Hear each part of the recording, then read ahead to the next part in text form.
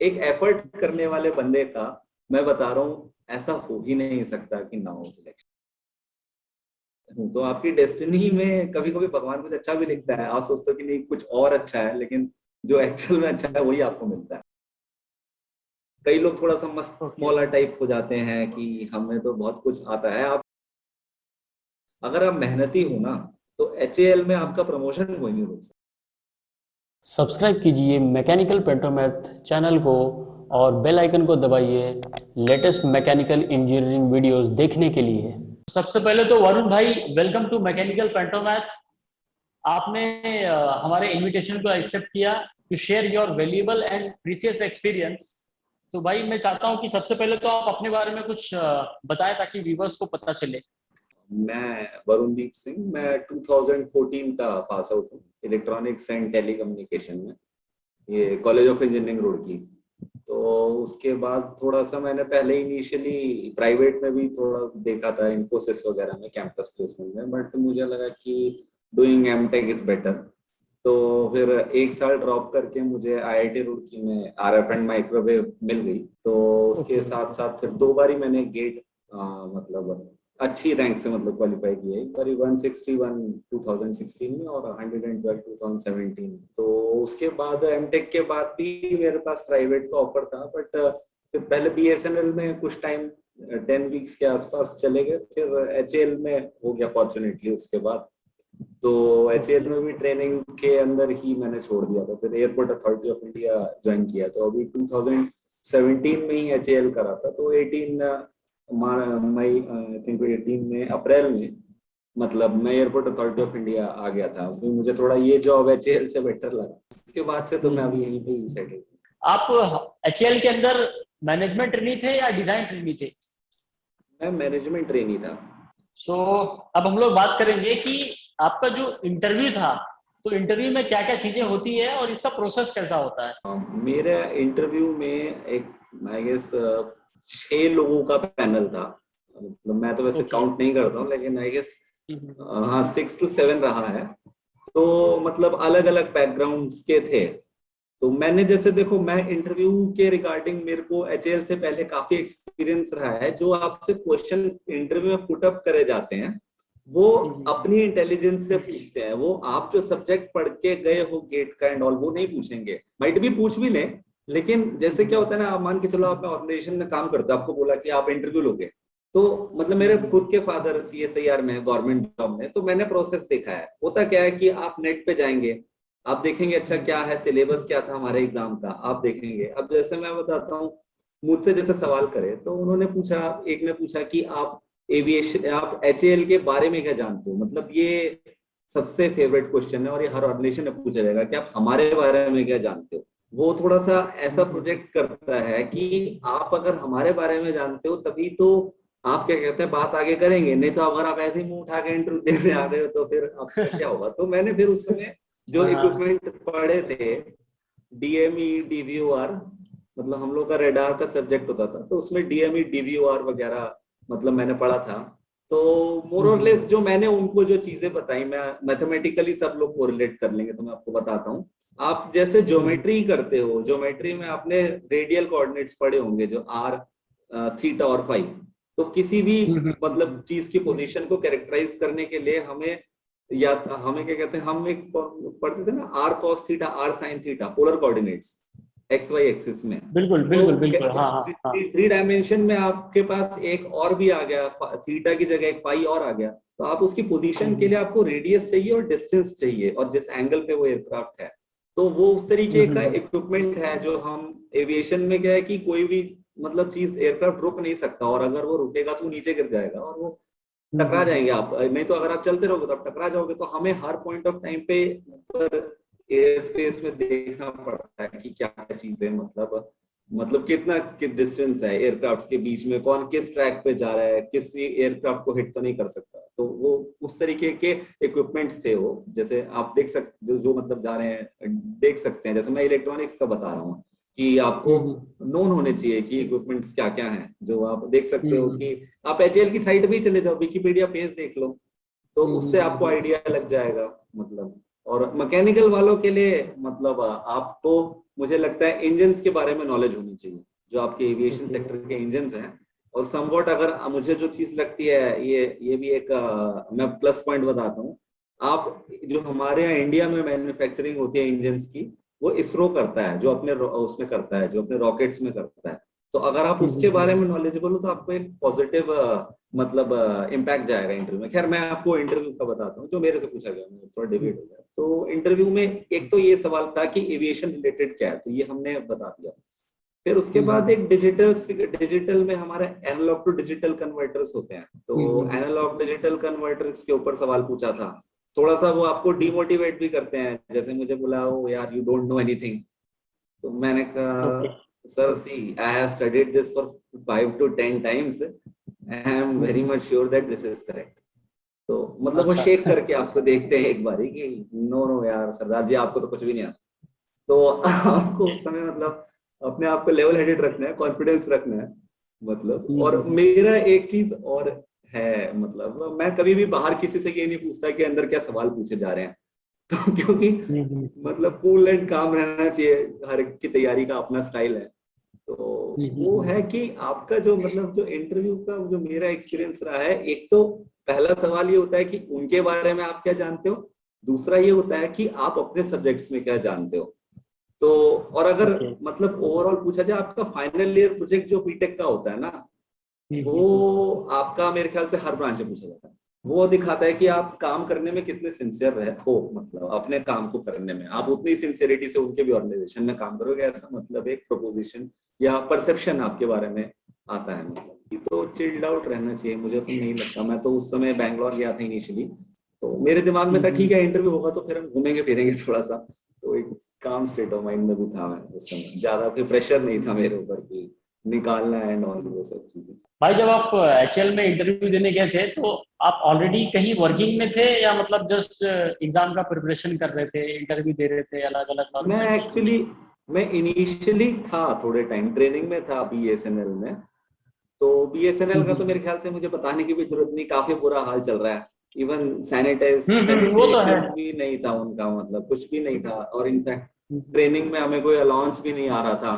तो उस समय मैं कह सकते हो कि जॉब ज्वाइन कर ली थी, लेकिन कुछ टाइम ज्यादा हुआ नहीं था मतलब। तो उसी बीच में कॉल आ गई थी इंटरव्यू की, तो मैंने कहा चलो एक बार हम दे के आते हैं इंटरव्यू, होना ना होना तो खैर चलो फिर दूसरी चीज है मतलब मोरल।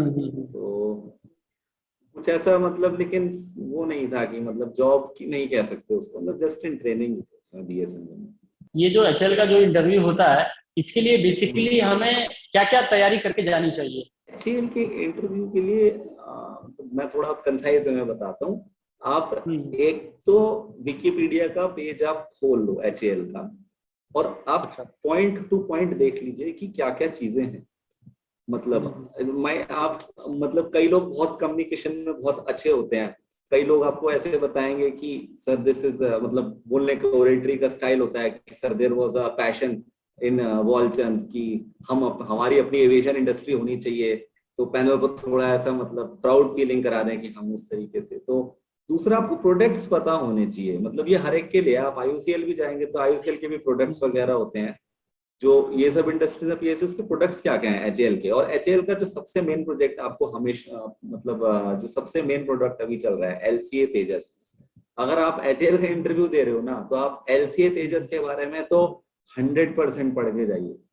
मतलब आप ये समझ के चलो कि वो इंडिजीनियस एयरक्राफ्ट है, और इस समय मतलब बहुत नेशनल इंपॉर्टेंस पे चल रहा है। तो आप ये समझ के चलो ये टॉपिक आपको पता होना चाहिए। दूसरा मतलब मैं आपको वो बता रहा हूँ जो आपको पता होगा तो ज्यादा बेटर है। एयरक्राफ्ट में तो ये हो गया, और आप अगर आप चाहो तो आप हेलीकॉप्टर में एक चीता चेतक करके आप अगर डालोगे यूट्यूब पे, तो ये सब चीजें आप मतलब जान सकते हो। थोड़ा ऑर्गेनाइजेशन के बारे में आप एक आइडिया लेके जाओ, जो मेरा कहने का मतलब है। आप इंटरव्यू में जा रहे हो तो मतलब ये सब चीजें जब आप बताओगे तो सामने वाला, ऐसा क्या होता है कि देखो आप इंटरव्यू के टाइम पे आपको इंटरव्यूअर को इम्प्रेस करना है। अब इंटरव्यूअर क्या होता है, देखो कॉन्वर्सेशन बनाने का सबसे बेस्ट तरीका क्या होता है कि आप सामने वाले के टॉपिक पे आओ। जब आप सामने वाले के टॉपिक पे आओगे तो ही विल फील ओब्लाइज्ड कि अरे यार ये जो आदमी है ये मतलब वो बात कर रहा है जो मुझे पता है। मतलब main everything is depend upon कि how well you communicate with the interviewer. बाकी फिर नॉलेज में मैं आपको बता रहा हूँ, नॉलेज में एवरीथिंग इज लाइक कि आप मतलब जो आपका टेक्निकल पार्ट की मैं बात कर रहा हूँ, टेक्निकल पार्ट में मैं हमेशा एक चीज सजेस्ट करता हूँ, कीप इट सिंपल। हालांकि मैं खुद भी अपने अंदर ये क्वालिटी लाने की बहुत कोशिश कर रहा हूँ, मतलब मैंने काफी इंटरव्यूज दिए, वन लाइनर ही रहो। मतलब सिंपल सी चीज है कि कोई भी कॉन्सेप्ट है आप वन लाइन में एक्सप्लेन करो, क्लियर हो, ठीक है। मतलब कोई ऐसा ज्यादा लंबा चौड़ा कोई बनाने की जरूरत नहीं। आप मतलब हमारे में मैंने बहुत बार गलती करी है, बहुत कॉम्प्लिकेटेड सर्किट बना दिया। अब उसमें फिर क्या होता है ना कि सामने वाले के पास बहुत स्कोप होता है, मतलब क्या बोला जाए, मतलब पिन पॉइंट करने का। वो कहीं से भी आपको कह देगा कि नहीं आता। जब आपके पास डोमेन छोटा होता है तो आप उतना मतलब बेटर करते हो। जैसे आपसे पूछा गया कि एडीसी क्या होता है, आप एनालॉग टू डिजिटल कन्वर्टर में आप बोल सकते हो, रैंप टाइप भी बोल सकते हो, एक आप सक्सेसिव अप्रोक्सीमेशन। तो आपके पास मल्टीपल एडीसीज हैं, लेकिन आप वो वाला बोलो, वो वाला बताओ जिसमें सिंपल सर्किट बनता हो। नहीं तो आप खुद ही फंस जाओगे। मुझे जो कॉम्प्लिकेटेड में मुझे जो प्रॉब्लम हमेशा फेस मैंने करी है, मतलब आपने बहुत टफ बना दिया, वो पूछेगा आप क्या कर, आप क्या कहते हैं, क्या मतलब इसमें ये क्यों होता है, ऐसे क्यों होता है, अगर हम इसको हटा के, ये एक सवाल हमेशा होता है कि अगर हम इस चीज को हटा के ये चीज लगा दे तो हमारा सिस्टम वर्क करेगा। लाइक वहां रिसर्च शुरू हो जाती है, तो आप उस रिसर्च से बच के चलो हमेशा।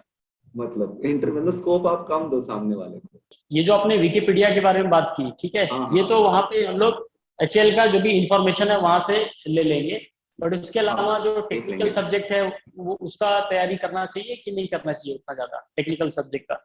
हाँ, टेक्निकल में मुझे लगता है कि जिन लोगों ने इंटरव्यूज दिए हैं और वो देख रहे हैं इस वीडियो को, उनको काफी हद तक इंटरव्यू या क्वेश्चन होंगे। अगर नहीं भी है तो I think Quora and all sites पे आपको बहुत लोग मिल जाएंगे। अभी मैं भी इस मामले में एक आंसर डालने वाला हूँ कि मतलब क्या चीज इंटरव्यू में पूछते वगैरह हैं, तो वहां से आपको मल्टीपल लोगों के मिलेंगे। जो मैंने हमेशा एक चीज ऑब्जर्व करी है कि आप किसी भी बंदे से मिलोगे, everybody wants to share his knowledge. तो आपके पास वहां से एक एक्सपीरियंस आएगा। और मतलब जैसे मैं आपको बता रहा हूँ कि मेरे इंटरव्यू में ये सवाल पूछा, किसी और के इंटरव्यू में कुछ और सवाल पूछा, तो और फिर आप थोड़ा एनालिसिस करो मतलब चीजों का। और जैसे अभी मैं आपको बताता हूँ कि जो चीज मेन है मतलब एचएल, जो आपके जो करेंटली दो दो जो प्रोडक्ट्स हैं, मतलब मैं एक बार फिर से रिपीट कर देता हूँ। एक तो एलसी है तेजस, दूसरा आपका हेलीकॉप्टर, जो हेलीकॉप्टर में जो है आपका आई थिंक चीता चेतक। ये आपको तीन प्रोडक्ट भी अगर पता है ना, आप ज्यादा को सोचो भी मत कि मतलब मैं ये भी पढ़ना है वो भी पढ़ना, क्योंकि बहुत कुछ बना है। लेकिन जो अभी का डिस्कशन है, अगर आप उस पे रहोगे तो भी आपकी बात बन जाएगी। ऐसा मतलब सारा कुछ नहीं आपको पढ़ के जाना। और मैकेनिकल वालों के लिए मैं एक बात जरूर बोलूंगा कि आप इंजन्स के बारे में, एयरक्राफ्ट इंजन्स के बारे में अगर जानते होंगे तो मुझे लगता है, और ये स्पेसिफिकली मैं टर्म काफी यूज कर चुका हूँ, स्ट्रेस स्ट्रेन डायग्राम हो गया आपका, और जो भी एंड डेरिवेशन है, क्योंकि हमने भी थोड़ा सा पढ़े हैं, तो मैं आपको बता रहा हूँ, आपका प्लस पॉइंट रहेगा हमेशा। अगर वहां पैनल में मैकेनिकल इंजीनियर बैठा है, मतलब वो तो खैर मैकेनिकल में तो बैठे भी होंगे, लेकिन कभी कभी जैसे इलेक्ट्रॉनिक्स वाला बैठा है तो आप कर सकते हो। मतलब उस तरीके से आपको समझ में आएगा कि क्या जवाब देना है, मतलब आप ब्लैंक नहीं होंगे। और कहीं ना कहीं मुझे लगता है कंपोजिट मटेरियल के ऊपर भी वो लोग क्वेश्चन पूछ सकते हैं। हाँ, अगर बंदा पूछ मैकेनिकल सकते का हैं। है तो हाँ, कंपोजिट मटेरियल इज पूछ वेरी सकते वेरी हैं। इंपॉर्टेंट। हाँ, वेरी मच इम्पोर्टेंट है। और आपको अगर ठीक है वैसे, लेकिन मैं जो शेयर करना चाहूंगा कि ये उतना हाई टेक्निकल टाइप का इंटरव्यू नहीं, एक्सपीरियंस नहीं होगा जैसे आपके रिसर्च में रहता है, डीआरडीओ और इसरो में आप एक्सपेक्ट कर सकते हो, उतना नहीं रहेगा। ये मोरलेस ये रहेगा कि आप ओरली कितना जानते हो। और मुझे जितना लगता है कि आप अगर ढंग से कॉलेज में पढ़ते हो तो आपको आइडिया भी लग जाता है कि यार क्वेश्चन वन लाइनर कौन कौन से बन सकते हैं। वही क्वेश्चन रहते हैं, कॉलेज वाले ही रहते हैं, मुझे तो ऐसा कुछ फर्क लगा नहीं। और सिंपल रहते हैं, अच्छा, इतना टफ नहीं होता। पेन लेके नहीं आपको बोलेंगे कि आपको ये करके दिखाना है, मतलब पेपर वहां रख देंगे ज्यादा से ज्यादा, लेकिन ऐसा कुछ डेरिवेशन नहीं आपसे करवाएंगे इंटरव्यू में। और मतलब वरी करने की जरूरत नहीं है। रिटर्न आपका अगर अच्छे निकल गया है तो इंटरव्यू में बहुत ही होपलेस कैंडिडेट को ही वो फेल करते हैं, नहीं तो रिटर्न पे ही वेटेज ज्यादा रहता है मतलब पीएसयू का। और इसका जो इंटरव्यू का ड्यूरेशन होता है वो अप्रोक्सीमेट कितना चलता है? इंटरव्यू 15 से 20 मिनट, ज्यादा से ज्यादा नहीं खींचते। हालांकि कैंडिडेट्स पे भी डिपेंड करता है। अगर वहां पे जितना अभी के हिसाब से वैकेंसीज है, मुझे लगता है कि मतलब यही ही रहेगा। कईयों का हो सकता है 10 मिनट में भी उनको समझ में आ जाए, पर 10 से कम नहीं होगा, 10 से 20 मिनट लगा के चलो, इससे ज्यादा नहीं हुआ। कोई बहुत ही, अगर मान लो सुबह का सेशन में पहला इंटरव्यू किसी का फंस गया तो वो फिर 30 मिनट भी खींच सकते हैं लेकिन बाद में फिर उनको भी जल्दी होती है कि भाई जा रहा है, जाओ यार, हाँ हाँ हो गया, पूछ हाँ लिया हाँ जो हाँ पूछना है।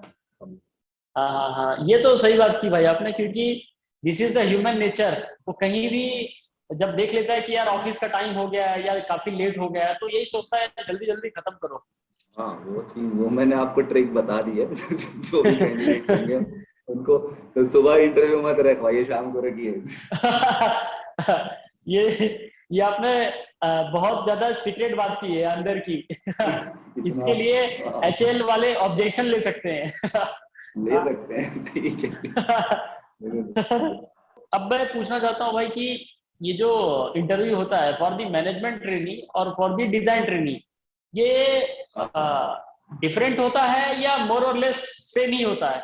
ये सेम होता है, इसमें अब मुझे नहीं लगता कोई फर्क होता है। मतलब पैनल, आई थिंक, मुझे नहीं लगता, एक ही सेम पैनल ही था, मेरे साथ डिजाइन ट्रेनिंग भी था एक इंटरव्यू देने के लिए, तो पैनल सेम था। मतलब क्योंकि ओके। काम मोर और लेस वही है कि डिजाइन ट्रेनी को क्या होगा, थोड़ा सा टेक्निकल में चार्ट्स वगैरह दिए जाएंगे। जैसे कोई भी आपका एयरक्राफ्ट है तो कुछ काम कर रहा है तो उसको दिया जाएगा, मतलब हैंड्स ऑन एक्सपीरियंस तो मैं बोलूंगा डिजाइन ट्रेनी को ही रहता है। रिसर्च का जो अच्छा। स्कोप, जो लोगों का एस्पिरेशन है कि उनको रिसर्च करनी है, तो वो डिजाइन ट्रेनी में रहते हैं। और जो थोड़ा सा मैनेजरियल टाइप का, स्मार्ट टाइप का, मतलब मोस्ट प्रेफरेबल तो मैनेजमेंट ट्रेनिंग ही रहती है, क्योंकि थोड़ा सा, मतलब जो भी रीजन है, जो हमारा सीनियर से फीडबैक है उस हिसाब से मैंने बताया, तो सेम पैनल सेम रहेगा। कोई हो सकता है क्वेश्चंस में थोड़ा सा फर्क हो। देन सबसे इम्पोर्टेंट क्वेश्चन इंटरव्यू का, क्योंकि काफी स्टूडेंट ने मुझसे पूछा था कि अगर वो एमटेक परस्यू कर रहे हैं, ठीक है, हाँ, जैसे जैसे एक होता है कि एमटेक के सेकेंड ईयर में है और उसको पता है कि मेरा जून तक कंप्लीट हो जाएगा और ज्वाइनिंग भी जून के बाद है, तो उसका तो प्रॉब्लम नहीं है, वो तो डेफिनेटली बता देगा इंटरव्यू में कि मैं एमटेक कर रहा हूँ, क्योंकि कहीं ना कहीं सामने वाले को भी लगेगा हाँ यार बंदा एमटेक कर रहा है, ये अपने लिए काम का हो सकता है, ठीक है। हाँ, लेकिन मान लो वो बंदा फर्स्ट ईयर में है, एमटेक के फर्स्ट ईयर में है, तो क्या उसको इंटरव्यू में ये चीजें बतानी चाहिए कि मैं एमटेक कर रहा हूँ, या हाइड करना चाहिए? एक्चुअली मैं, मेरे से आप पूछो ना, आप इंटरव्यू के लिए जो इंफॉर्मेशन बताते हो ना, मेरा अपना एक्सपीरियंस है, आप फिर उसको डिफेंड कर पाओ।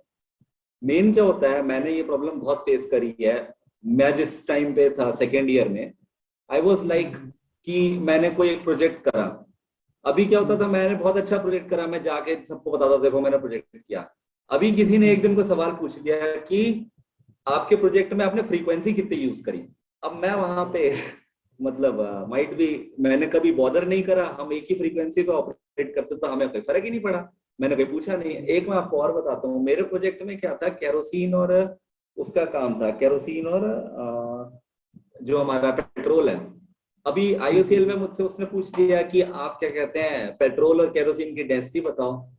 अब आप इलेक्ट्रॉनिक्स ओके। इंजीनियरिंग में ये सब चीजों पे नहीं करते, तो मेरा ये कहना है कि हाँ आप हाँ जो भी इंटरव्यू पैनल को बताना चाहते हो, आप उसको डिफेंड कर पाओ। अगर सवाल आ गया तो आप ये समझ के चलो, आप इस चीज से अवेयर हो कि मुझे डिप्लोमेटिक रहना है। माइट बी, जैसे आप किसी भी जनरल कॉन्वर्सेशन करते हो, आप ओपन नहीं होते हो अपने बारे में, आप बेस्ट फ्रेंड बनाओगे तो आप फर्स्ट डे से ओपन अप नहीं होते हो, तो आप ये समझ के चलो कि आप एकदम से भरोसा नहीं करोगे ना सामने वाले को, तो जो आपको बताना है तो आप समझ के चलो। हालांकि एमटेक तो ऐसी चीज नहीं ही है और मुझे नहीं लगता उसका कोई बेनिफिट एज इट इज होगा, लेकिन अगर कोई पैनल में बैठा होगा एमटेक वाला तो आपसे सब्जेक्ट पूछ सकता है, आपसे पूछेगा कि उस सब्जेक्ट में क्या पढ़ रहे हो। अभी एक सवाल बहुत नेगेटिव सेंस में जाता है, जैसे मान के चलो बोला अच्छा तुमको वो टॉपिक आता है, नहीं सर हम तो पढ़े नहीं है। क्या यार, कहाँ से एमटेक कर रहे हो, इतना नीचे लेवल गिर गया जहां से तुम एमटेक कर रहे हो। तो कहीं ना कहीं, मतलब मेरा कहना है कि इट इज लाइक कि आप, मतलब आपके ऊपर है, जो भी आप बताओ या तो डिप्लोमेटिकली बताओ कि यार ये मतलब ऐसा ऐसा है, तो लेकिन ऐसे मत जाओ कि बिल्कुल अनप्रिपेयर्ड वे में आपने कुछ ही बता दिया और पैनल को, फिर उसके बाद पैनल के पास तो ऑप्शन है ही है आपसे सवाल पूछने का। मतलब सामने वाला जो आपसे सवाल पूछेगा वो अपनी समझ से पूछेगा, आपकी समझ से नहीं पूछेगा वो। आप हो सकता है कुछ भी बोल दो कि अरे मेरे को, आपके लिए जैसे मैं बताता हूँ कि स्विच एक टर्म है, स्विच बोलते हैं हम इलेक्ट्रिक सर्किट्स में यूज करते हैं, लेकिन एक सिविल इंजीनियर के लिए जो स्विच होता है वो डैम वाला स्विच होता है। तो आप देखोगे वर्ड तो सेम है, लेकिन उसका मतलब दोनों के लिए अलग अलग है। तो ये बैरियर नहीं होना चाहिए कम्युनिकेशन में, मतलब मेन चीज इज कम्युनिकेशन इन इंटरव्यू। नहीं भाई, मैं इसलिए पूछ रहा था ना, क्योंकि कभी कभी क्या होता है, जैसे कुछ पीएसयूज हैं, वो लोग ये सोचते हैं कि अगर इस बंदे को हमने सिलेक्ट किया तो जो एमटेक की सीट है वो वेस्ट हो जाएगी, तो इससे अच्छा इसको एमटेक ही करने दो, इसको मत सिलेक्ट करो। तो ये भी एक पॉइंट ऑफ व्यू है। अच्छा, ये मैं कह रहा हूँ ना, कम्युनिकेशन के बड़े सारे ब्रांचेस हो सकते हैं, आप दूसरे सेंस से पूछ रहे हो। माइट भी वो ये सवाल पूछें कि आप छोड़ोगे या करोगे, क्योंकि 2 साल तो बहुत लंबा टाइम हो जाएगा ना। तो मुझे तो ऐसा लगता है कि फर्स्ट ईयर में तो एमटेक फिर बताने का कोई बेनिफिट आपको मिलेगा नहीं, मतलब क्योंकि आप कर भी रहे हो तो भी मतलब सवाल यही होगा कि आप छोड़ोगे नहीं छोड़ोगे, वो वाली चीज है। ये थोड़ा हो सकता है नेगेटिव सेंस में भी चला जाए, मतलब या हो सकता है पॉजिटिव में भी जाए, लेकिन थोड़ा सा ये पूछ सकते हैं वो कि आप छोड़ोगे या नहीं छोड़ोगे, ये चीज तो है। आई होप एस्पिरेंट्स लोग जो भी हमारा जो कन्वर्सेशन हुआ है, बेस्ड ऑन दैट वो खुद का डिसीजन ले। अगर हमने बोल दिया कि ये मत बोलो ये बोलो, तो उसके हिसाब से मत सोचे। मैं चाहता हूँ कि एस्पिरेंट जो है खुद का डिसीजन ले, क्योंकि अल्टीमेटली इंटरव्यू में उन्हें ही फाइट करना है। हाँ, नहीं, उन्हीं की लड़ाई है, उन्हीं को लड़नी है। हर कोई अकेला ही है अपनी लड़ाई लड़ना। सो अब सबसे इंपॉर्टेंट चीज कि what should be my approach and attitude if I want 100% selection, तो क्या होना चाहिए? देखो, मैं ना थोड़ा सा इसका बड़ा ही सिंपल सी बात बताऊंगा। 100% सिलेक्शन की तो कभी भी मत आप दिमाग में लेके चलिए। मैंने मल्टीपल इंटरव्यूज दिए हैं, और जैसे आप तो डीआरडीओ, मेरा तो ड्रीम था कि मैं डीआरडीओ में जॉब करूं, एक टाइम पे बार्क में भी था। तो हमेशा एक ही बात, मतलब मैं मान के चलता हूँ, मैं थोड़ा धोनी का फैन हूँ, तो मैं कहता हूँ कि देखो, एफर्ट करना आपके हाथ में है, सिलेक्शन किन्हीं और के हाथ में। तो मेन चीज होती है आप एफर्ट करिए। मतलब मैं बता रहा हूँ कि थोड़ा सा डेस्टिनी का भी एक रोल रहता है, आप कहाँ जाते हो लाइफ में, जॉब वगैरह, लेकिन आप एफर्ट को नेग्लेक्ट नहीं कर सकते। मेन चीज ये है कि जैसे देखो, मैंने आपको एक बात बताई कि कोई भी चीज, या हम इसको थोड़ा क्रिकेट के टर्म से समझते हैं, मान के चलो कि कोई बैट्समैन अच्छा नहीं कर रहा, आपने कुछ एडवाइस दी, अब पता चल रहा है वो फिर एक लो स्कोर पे आउट होके आ गया, वो करने के बाद भी। तो ये एक प्रोसेस है। मेरा बताने का मतलब ये है कि इट इज अ प्रोसेस, आप इम्प्रूव अपॉन करिए, और उसके बाद आप रिजल्ट देखिए। मतलब मैंने बताया, मैं जब एचएएल का इंटरव्यू देने गया तो मैं ये नहीं सोच के गया था मेरा इसमें होना ही चाहिए। मेरा यह था जो मुझे बेस्ट आता है वो मैं अपना करूंगा। 100% सिलेक्शन का नहीं है। मेन चीज ये है कि जो भी हमने आपसे अभी डिस्कस किया है कि हम इंटरव्यू के लिए ये कर सकते हैं, रिटर्न के लिए ये कर सकते हैं, इस चीज पे हम मतलब फोकस रखें कि हम क्या बेस्ट कर सकते हैं। उसके बाद जो रिजल्ट आएगा वो तो फिर मतलब आपकी डेस्टिनी भी है, लेकिन एक एफर्ट करने वाले बंदे का, मैं बता रहा हूँ, ऐसा हो ही नहीं सकता कि ना हो सिलेक्शन। ये मेरा मतलब वैसे भी बिलीव है, कहीं ना कहीं कुछ ना कुछ होगा। और मुझे मतलब मेरा अपना एक एक्सपीरियंस रहा है कि माइट भी मैं शायद बार्क में तो नहीं सस्टेन कर सकता था, जो मेरी ड्रीम जॉब थी। मतलब मैं एयरपोर्ट अथॉरिटी में ज्यादा हूँ, तो आपकी डेस्टिनी में कभी कभी भगवान कुछ अच्छा भी लिखता है, आप सोचते हो कि नहीं कुछ और अच्छा है, लेकिन जो एक्चुअल में अच्छा है वही आपको मिलता है। बस एक चीज होती है, यहाँ इलेक्ट्रॉनिक्स वाले समझेंगे, हम लोग कम्युनिकेशन में एक टर्म यूज करते हैं, प्रोबेबिलिटी ऑफ एरर। तो हमारी कोशिश ये रहती है कि एरर ना आए, तो उसके लिए हम एक एरर फंक्शन यूज करते हैं। अब हम 99% तक तो कहते हैं नहीं आएगा एरर, वो 1% में भी जा सकता है, ऐसा थोड़ी हम कह सकते हैं कि नहीं जा सकता। तो अगर वो उसमें जाएगा तो फिर भी रहेगा, लेकिन हम ये वही वाली बात है कि हम ये कोशिश करते हैं कि हाँ ना ही हो।